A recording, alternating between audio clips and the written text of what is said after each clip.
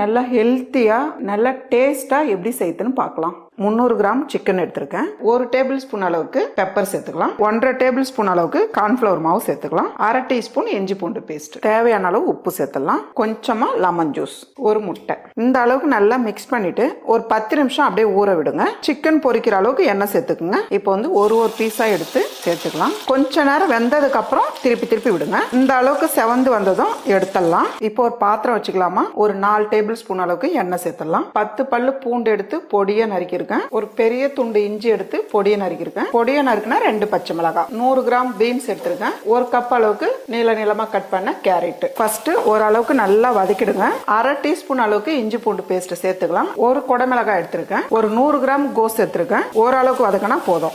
இப்போ வெஜிடபிள்ஸ் எல்லாம் இப்படி சைடா இப்படி தள்ளிடுங்க. கொஞ்சமா எண்ணெய் சேர்த்துடலாம். நான் வந்து 3 முட்டை எடுத்திருக்கேன். முட்டைக்கு மேல கொஞ்சமா உப்பும் மிளகுத்தூளும் சேர்த்துக்குங்க. முட்டை சேர்த்து இந்த அளவுக்கு வெந்ததுக்கு அப்புறம் அப்படியே திருப்பி விட்டுருங்க. 2 பக்கமும் இந்த அளவுக்கு நல்லா செவந்து வந்துடணும். இப்போ வந்து இது நல்லா கட் பண்ணிக்கோங்க. கொஞ்சமா உப்பு சேர்த்துக்குங்க.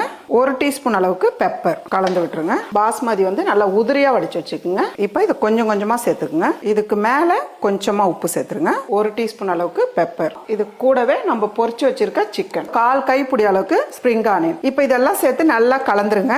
அவ்வளவுதாம்மா, நல்ல ஒரு டேஸ்டான சிக்கன் ஃப்ரைட் ரைஸ் ரெடி.